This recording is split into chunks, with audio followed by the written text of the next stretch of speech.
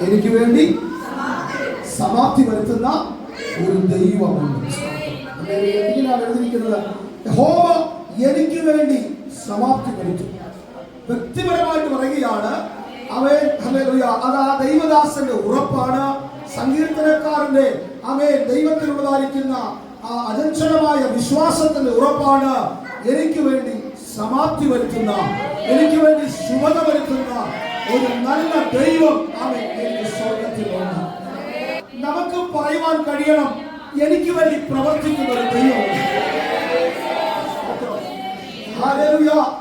എല്ലാവരും പറഞ്ഞു കേട്ടുള്ള അറിവിനകത്തല്ല, അങ്ങനെ കഴിയാതെ വ്യക്തിപരമായ ഉറപ്പാണ്. എനിക്ക് വേണ്ടി പ്രവർത്തിക്കുന്ന, എന്നെ സൗഖ്യമാക്കുന്ന, എന്റെ കുഞ്ഞുങ്ങളുടെ ഭാവിയെ സുരക്ഷിതമാക്കുന്ന, എന്റെ കാര്യത്തിന് നീക്കുപോക്ക് വരുത്തുന്ന, അതിന് എന്റെ സഭയുടെ കാര്യം ക്രമീകരിക്കുന്ന, ഞങ്ങൾ പ്രാർത്ഥിക്കുന്ന വിഷയത്തിലേക്ക് മറുപടി തരുന്ന ഒരു ദൈവം അവൻ എനിക്കുണ്ട്. അതാണ് എന്റെ ഉറപ്പെന്ന് പറയുന്നത്. ദൈവദാസന്റെ ഉറപ്പാണ്. എനിക്ക് വേണ്ടി എനിക്ക് വേണ്ടി എനിക്ക് വേണ്ടി സമാപ്തി വരുത്തുന്ന, പൂർത്തീകരിക്കുന്ന.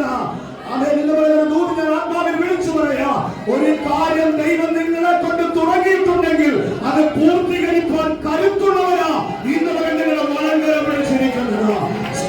യേശുവിന്റെ അധികാരമുള്ള നാമത്തിൽ അവൻ ആത്മികമാകാം, ഭൗതികമാകാം, എന്ത് തന്നെയായാലും അവൻ പൂർത്തീകരിക്കാൻ കഴിയുന്ന ഒരു നല്ല ദൈവം ഇന്ന് നമ്മുടെ വളങ്കര വിളിച്ചിട്ടുണ്ട്. യേശുവിന്റെ രക്തത്താൽ ജയമെടുക്കുകയാണ്. പഴയ ജീവിതത്തിൽ ഒരു ഭാഗം പെട്ടെന്ന് കോട്ടയിൽ വിടട്ടെ. ഒരു ദുഃഖവാർത്ത കേട്ടു. നമുക്കറിയാമാരുടെ കല്ലറകളുള്ള പട്ടണങ്ങളിൽ ഇടിഞ്ഞു കിടക്കുന്നു. തീ കൊണ്ടത് ചുട്ട് ശാമ്പലായി കിടക്കുകയാണ്. എന്ന് പറഞ്ഞു കഴിഞ്ഞാൽ യാതൊന്നും ഇനി അവിടെ നടക്കാൻ സാധ്യത ഇല്ലവേ ഇല്ല. ഈ വാർത്ത കേട്ടപ്പോൾ നെഹമ്യാവിരുന്ന് ദൈവസന്നിധിയിൽ കരയാൻ തുടങ്ങി. ഒരു ദൂത് കരയുന്നവരോട് പറയാ, കണ്ണുനീര് താഴെ വീഴുന്നതിന് മുൻപ് മറുപടി ദൈവത്തിന്റെ കരത്തിൽ ഏൽപ്പിക്കപ്പെട്ടു. 38:3 വാക്യങ്ങൾ കരത്തിൽ കിടപ്പുണ്ടല്ലോ. അവൻ കർത്താവിന്റെ ദാസന്റെ കണ്ണുനീര് കണ്ട ദൈവം യെശയ്യാവിനെ തിരിച്ചു വിട്ടിട്ട് പറഞ്ഞു, എന്റെ ദാസനോട് പറയുക, അവന്റെ ആയുസ്സിനോട് 15 സംവത്സരം കൂടെ കൂട്ടിയിരിക്കുകയാണ്. പിതാക്കന്മാരെ, സഹോദരന്മാരെ, കണ്ണുനീരിന് മറുപടിയുണ്ട്.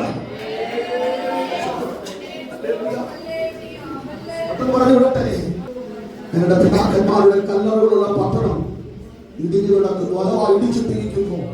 അത് വെന്ത് കിടക്കുകയാണ്, ചണ്ടി കൂമ്പാരമായി കിടക്കുകയാണ്. പ്രാർത്ഥിക്കുന്നവരുടെ കണ്ണിന്റെ മുമ്പിൽ കിടക്കുന്നത് സാധ്യതകളൊന്നും ഇല്ലാതാ കിടക്കുന്നത്. ഇന്ന് ആത്മാവിനോട് ദൂത് വിളിച്ചു പറയുന്നു, വല്ല പ്രവാചകനെ കൊണ്ട് പ്രാർത്ഥിച്ച് വിടുതലെടുക്കാൻ അല്ല നമ്മൾ ആഗ്രഹിക്കേണ്ടത്. ഇല്ലായ്മയുടെ നടുവിൽ പറയുക, എന്റെ ദൈവത്തിന് ഈ വിഷയത്തെ ഉയർപ്പിക്കാൻ കഴിയുമെന്ന് പറയുന്നു. പണി തുടങ്ങുകയാണ്. നെഹമ്യാവിന്റെ ആ വാർത്ത തന്നെ വല്ലാതെ വേദനിപ്പിച്ചു. താൻ ദൈവസന്നിധിയിൽ പ്രാർത്ഥിച്ചു. ദൈവത്തെ ആനപാത്രവാഹകനായി ഉന്നത അധികാരിയായ മനുഷ്യൻ, ആരാ? രാജാവിനോട് അടുത്തു നിൽക്കുന്നവൻ, ഉന്നത അധികാരിയായവൻ പ്രാർത്ഥിക്കാൻ സമയം കണ്ടെത്തി. അവൻ ആരാധിക്കാൻ സമയം കണ്ടെത്തി. തിരക്ക് പിടിച്ചോടരുതേ. അല്പസമയങ്ങൾ ദൈവത്തിന്റെ സന്നിധിയിൽ വേർതിരിച്ചിരുന്നോണം കേട്ടോ. എത്ര ജോലിയുണ്ട്. രാജാവിന്റെ അടുക്ക നിൽക്കുന്നവൻ സമയം കണ്ടെത്തി പ്രാർത്ഥിക്കാൻ തയ്യാറായപ്പോ നിയോഗം അകത്തേക്ക് വീണു. നമുക്ക് ആള് മാത്രം പോരാ. വലിയ ദൈവം ചെയ്യണമെങ്കിൽ ഇന്ന് മനസ്സ്, ഹൃദയം ദൈവത്തിന് അതുപോലെ കൊടുത്തേക്കാം.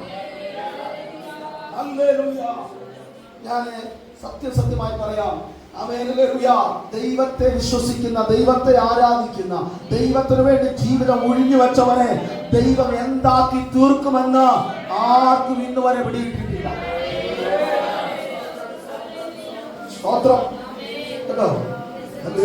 ഉണ്ടല്ലോ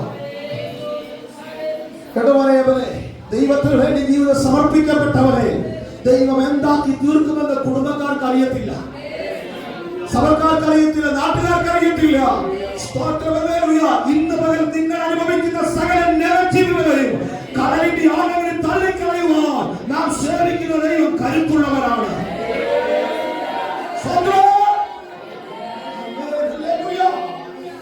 നോക്കുമ്പോ കേൾക്കുന്നത് എന്താണ്? ആ പിതാക്കന്മാരുടെ കല്ലറകൾ ഇങ്ങനെ കിടക്കേണ്ടതല്ലോ വിരോചായ. അബ്രഹാം, ഇസ്ഹാക്ക്, യാക്കോബ് ഭക്തന്മാരുടെ കല്ലറകളുള്ള പട്ടണം ഇങ്ങനല്ല കിടക്കേണ്ടത്.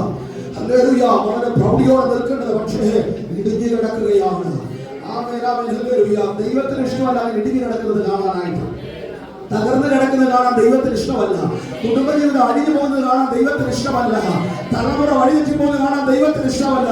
ശുശ്രൂഷയിൽ ഇടിഞ്ഞു പോകുന്നത് കാണാൻ ദൈവത്തിന് ഇഷ്ടമല്ല. ഒറ്റ കാര്യം ചെയ്താൽ മതി, താൻ മുഴങ്കാലുകളെ താണിരുന്നാൽ പണിയാൻ ദൈവം നിയോഗം ഏൽപ്പിക്കപ്പെടും. സ്തോത്രം. എന്ന് പറഞ്ഞുകൊണ്ട് ആത്മാവിൽ ക്ഷേമം പ്രഖ്യാപിക്കുകയാണ്. സമയമെല്ലാം ഓടുകയാണ്. ദൈവത്തിന്റെ ദൂതുകൊണ്ട് ദൈവഭവനം നിറയ്ക്കുകയാണ്. സ്തോത്രം, സ്തോത്രം, ഹല്ലേലൂയ.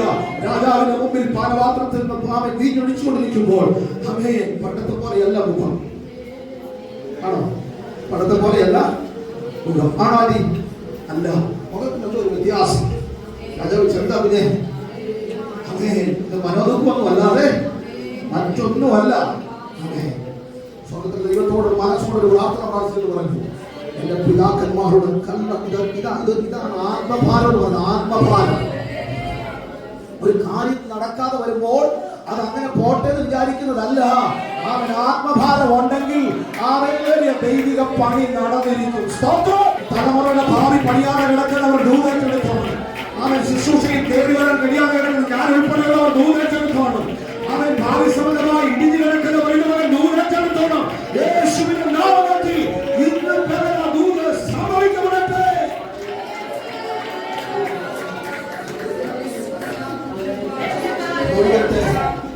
രാജാവ് ചോദിച്ചു, എന്താ പോലെ, എന്താ പ്രശ്നം? എല്ലാ വിനായകളെ അമ്മേ, എന്താ പ്രശ്നം? രാജാവേ, എന്റെ പിതാക്കന്മാരുടെ കല്ലറുള്ള പട്ടണം ഇടിഞ്ഞു കിടക്കി. രാജാവ് പറഞ്ഞു ചോദിച്ചില്ല, എത്ര ദിവസം അവധി വേണം? എത്ര ദിവസത്തെ അവധി വേണം? ഹല്ലേലൂയ. എന്തൊക്കെ ആവശ്യങ്ങൾ നിനക്ക് അതിനു വേണ്ടിയിട്ടുണ്ട്? സ്തോത്രം. ഞാൻ ഓർഡർ ഇടാൻ പോകുക. നിനക്ക് വേണ്ടുന്നതെല്ലാം യെരൂശലേമിൽ നിന്റെ കൈകളിൽ വരേണ്ടതിനാൽ ഞാൻ ചിലരോട് ആജ്ഞാപിക്കാൻ പോവുകയാണ്. ചെന്നപ്പോ കേട്ടതിനും അധികം ദുഃഖവാർത്തയാണ് കാണുന്നത്. അവൻ പണി നടക്കുന്നില്ല. എല്ലാം അവൻ അവിടെയുള്ള ആളുകളെല്ലാം അവൻ ചിഹ്നിച്ചു തെളിയിരിക്കുകയാണ്. എങ്ങനെയൊക്കെയാണ് ചിഹ്നിച്ചു തെളി? കൂനമ്പാലയ്ക്ക് ഇരിക്കുന്നത് കണ്ടോ? 4 വർഷത്തോടും അങ്ങനെ ഇരിക്കുന്നു. പറ, എന്റെ കൂട്ടത്തിൽ നിന്ന് പറ. ചിഹ്നിച്ചു തെളിയിരിക്കുക. ആളുണ്ടോ എന്ന് ചോദിച്ചാൽ ആളുണ്ട് അല്ലേ? പക്ഷേ ഇതിലൊന്നും യാതൊരു താല്പര്യം ഇല്ലാതെ എല്ലാവരും അങ്ങോട്ടും ഇങ്ങോട്ടും തിരിഞ്ഞിരിക്കുകയാണ്. നെഹമ്യാവിന്റെ കാര്യം മനസ്സിലായി. വേല വലിയതാണ്, വിശാലമേറിയതാണ്, പക്ഷെ പണി നടക്കുന്നില്ല. ആമേൻ. കൊടുത്തു. ആ നിയോഗമുള്ളവൻ എന്ത് ചെയ്തറിയാമോ? എല്ലാവരെയും കൂട്ടിക്കൊണ്ട് അവർ പണിയാൻ തുടങ്ങി. ഇടിവുകൾ നികന്നു വരുന്നു എന്ന് കേട്ടപ്പോൾ അതുവരെ എഴുന്നേൽക്കാത്ത ദുഷ്ടശക്തികൾ എഴുന്നേൽക്കാൻ തുടങ്ങി. ആമേൻ. ഹല്ലേലൂയ. കേട്ടോ സാലിയാറ്റി, പണി നടക്കുന്നു എന്ന് തോന്നിയപ്പോൾ ദുഷ്ടശക്തികൾ ഏറ്റെടുത്തു. ആമേൻ. ഹല്ലേലൂയ. അവർ ചോദിക്കുന്ന ഒരു ചോദ്യമുണ്ട്, ദുർബലന്മാരായ യഹൂദന്മാർ ഈ പണി പൂർത്തീകരിക്കുമോ? അപ്പൊ അതിന്റെ അർത്ഥം എന്താ? ആമേൻ. സുസമാമേ, ദുർബലന്മാരായ യഹൂദന്മാർ ഈ പണി പൂർത്തീകരിക്കുമോ എന്ന് ചോദിച്ചാൽ അതിന്റെ അർത്ഥം എന്താ? പറയാണ്ടി നടക്കൽ, അവർ പണിയാൻ കഴിവില്ല അവർക്ക്. അതുകൊണ്ട് അവർ ചോദിക്കുന്ന ഒരു ചോദ്യമുണ്ട്, ചണ്ടിക്കൂമ്പാരങ്ങൾക്കകത്ത് നിന്ന് കല്ലുകളെ ജീവിപ്പിക്കുവാൻ ഇവർക്ക് കഴിയുമോ? ചണ്ടിക്കൂമ്പാരം എന്ന് പറഞ്ഞാൽ എന്താണെന്ന് അറിയാമോ? ജിജോമനെ, നമ്മുടെ വീടുപണിക്കൊക്കെ നമ്മള് വേസ്റ്റ് കട്ടകൾ എടുത്തില്ലേ? പണി തീർത്ത് കഴിയുമ്പോഴത്തേക്ക് കുറെ കട്ടകൾ വേസ്റ്റ് ആയിട്ട് കിടക്കുന്നത്, മുറിക്കട്ടകൾ അതുമൊക്കെ. ഇതാണ് ഈ ചണ്ടിക്കൂമ്പാരം ഇങ്ങനെ പൊക്കിയിട്ടിരിക്കുക. ഇതുകൊണ്ട് പണി നടക്കുമോ? നടക്കുമോ? സ്തോത്രം. എന്റെ കൂട്ടത്തിലുണ്ടല്ലോ അല്ലേ? നന്നായിട്ടൊന്ന് സ്തോത്രം ചെയ്താമേ. ഈ ചണ്ടി കൂമ്പാരങ്ങൾക്കകത്ത് കല്ലുകളെ ജീവിപ്പിക്കാൻ ഞങ്ങൾ സേവിക്കുന്ന ദൈവത്തിന് വഴിയുണ്ട്. വിശ്വാസത്തെ ആധാരമാക്കിയാണ് നമ്മുടെ ജീവിതത്തിനകത്ത് ദൈവപ്രവൃത്തി വെളിപ്പെടുന്നത്. എന്താ വിശ്വാസം? എന്താ എന്താ വിശ്വാസം? മനുഷ്യ കിടക്കുകയല്ലേ? എന്താ കാണാത്ത കാര്യങ്ങളുടെ കാണാത്ത ഒരു കാര്യത്തെ കുറിച്ച് നമുക്കുണ്ടാകുന്ന ഉറപ്പാണ് നമ്മുടെ വിശ്വാസം എന്ന് പറയുന്നത്. അങ്ങനാണെങ്കിൽ ബാബുച്ചായ, ഈ ദൈവത്തെ സേവിക്കാൻ ഇറങ്ങിയ നമ്മുടെ ജീവിതത്തിൽ കൺമുമ്പിൽ ഒന്നും കാണുന്നില്ലേലും കാണാതെ നമ്മൾ വിശ്വസിക്കണം. വിശ്വാസമുണ്ടോ? പണ്ട് പറയുന്നുള്ളതാ, പണ്ട് ഭയങ്കരമായ വേനലാണ്. വേനൽ സമയത്ത് ഒരു കൺവെൻഷൻ നടക്കുക. അപ്പം അവിടുത്തെ ആളുകൾക്കൊക്കെ വേനലായതുകൊണ്ട് വെള്ളമില്ല. പിറ്റേ ദിവസം അന്നത്തെ കൺവെൻഷന് ദേവദാസ് പറയും, നമുക്ക് എല്ലാവർക്കും കൂട്ടമായി പ്രാർത്ഥിക്കാം. എന്ത് പ്രാർത്ഥിക്കണം? പുതിയ മഴയുണ്ടാകും, അല്ലേ? മഴയുണ്ടാകാൻ വേണ്ടി അവരെല്ലാവരും പ്രാർത്ഥിച്ചു. പിറ്റേ ദിവസം കൺവെൻഷൻ വരുമ്പോഴത്തേക്കും ഒരു കൊച്ചിന്റെ കൈ മാത്രം ഒരു കുടയുണ്ട്. അതുകൊണ്ടുണ്ടായിരുന്ന വിശ്വാസം ഒറ്റ ഒരാൾക്ക് വിശ്വാസം ഉണ്ടായിരുന്നു. ആ കുഞ്ഞു കൊച്ചിനുള്ള വിശ്വാസം കൊണ്ട് ആർക്കില്ലായിരുന്നു സാധിച്ചായ നമുക്കില്ലായിരുന്നു. അത്ര പറഞ്ഞാണ് ആർക്കില്ലായിരുന്നു? നമുക്കില്ലായിരുന്നു. ആ കൊച്ചു മാത്രം വിശ്വസിച്ചു. എന്താ? ഇന്നലെ ഉപദേശി പ്രാർത്ഥിച്ചായിരുന്നു, ഞങ്ങളും പ്രാർത്ഥിച്ചായിരുന്നു. നാളെ എന്ത് ചെയ്യും? മഴ പെയ്യും. അതുകൊണ്ട് എന്തെടുക്കണം? നിങ്ങൾ എടുത്തിട്ടുണ്ടോ കൂടെ? നിങ്ങൾ പ്രാർത്ഥിക്കുന്ന വിഷയത്തിനാണ് നിങ്ങൾ കൂടെ എടുത്തിട്ടുണ്ടോ? ഉണ്ടോ? നിങ്ങൾ സ്തോത്രം ചെയ്ത വിഷയത്തിൽ നിങ്ങൾ കൂടെ എടുത്തിട്ടുണ്ടോ? എങ്കിൽ ചതച്ചു കുത്തി മഴ പെയ്യും. കോടയിലെത്തവർക്ക് മഴ പെയ്തിരിക്കുന്നു, ഉറപ്പാണ്.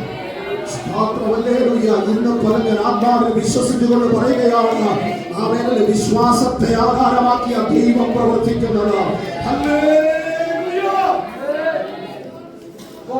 ആ ദൈവദാസൻ പറഞ്ഞു, ഈ ചണ്ടിക്കുമ്പാരങ്ങൾക്കകത്ത് നിന്ന് കല്ലുകളെ ജീവിപ്പിക്കാൻ നമ്മുടെ ദൈവത്തിന് കഴിയും. ഒരു കാര്യം ഉറപ്പാണ്, സമ്പന്നത്തിനും തോബിയാവിന് ഇഷ്ടമല്ല അവൻ പണി നടക്കുന്നത്. അവരുടെ ഇഷ്ടം എന്നും ഇങ്ങനെ ഇടിഞ്ഞു കിടക്കുന്നതാണ്. അല്ലെങ്കിൽ വാഗ്ദത്തമുള്ളവന് അവൻ അഡ്രസ് ഇല്ലാതെ കിടക്കണം. വാഗ്ദത്തമുള്ളവന്റെ വീടും ഭവനവും അവന്റെ ശുശ്രൂഷകളും ഭാവിയും തലമുറയെല്ലാം ഇടിഞ്ഞു കിടക്കണം. പക്ഷേ നിയോഗമുള്ളവൻ ഇഷ്ടം അതല്ല, മതിൽ കെട്ടി വേർതിരിക്കപ്പെടണം. ഇവിടെ കൊണ്ടുവന്ന് ഇന്ന് പല തൂത് കേൾപ്പിക്കുന്നത് ദൈവം നിന്നെ കൊണ്ട് ചില കാര്യങ്ങൾ ചെയ്യിക്കാൻ വേണ്ടി തന്നെയാ. അവൻ അതിന് രണ്ടു പക്ഷമില്ല. ഇന്ന് പകലാതെ ദൈവം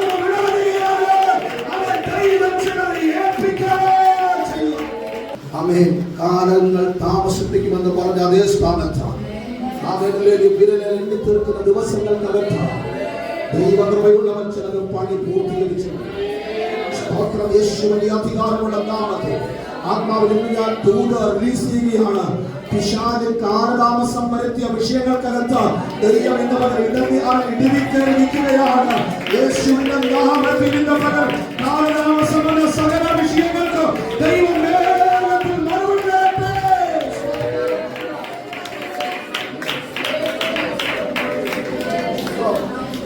കേൾക്കണോ?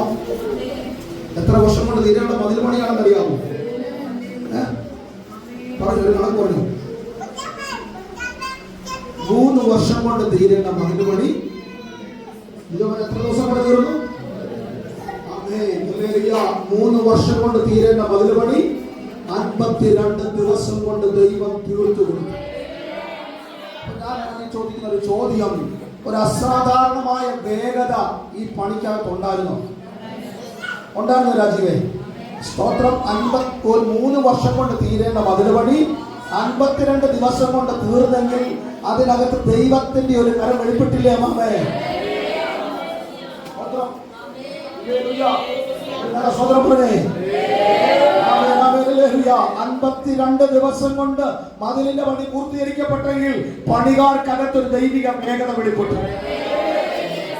സാധനങ്ങൾ കൃത്യ സ്പോട്ടിലെത്താൻ സ്തോത്രം. പിശാച് പറഞ്ഞു നടക്കാൻ പോകുന്നത് അല്ലെങ്കിൽ, പക്ഷെ ദൈവം പറഞ്ഞു, കുഞ്ഞെ നീ പൊക്കോ, കാര്യം ഞാൻ നടത്തി തന്നോളാം. സ്തോത്രം. തൂതുമല്ലാതെ കയറി വരികയാ. അവൻ യഹോവയായ ദൈവത്തിന്റെ സന്നിധിയിൽ തീരുമാനമെടുക്കാം. അവൻ എലയാസറിന് വേണ്ടി റിബേക്കയെ ദൈവം ഒരുക്കിയെങ്കിൽ ഇന്ന് പകൽ വരികയാ. ചില കണ്ടുമുട്ടലുകൾ നിനക്ക് വേണ്ടി ദൈവം ഒരുക്കി തരികയാ. സ്തോത്രം.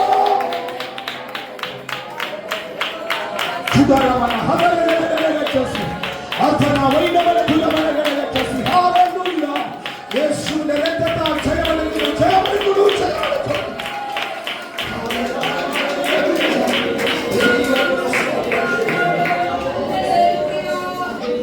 ഇനി നിങ്ങൾ തന്നെ പരസ്പരം ദൂത് പറയാൻ പോവുക.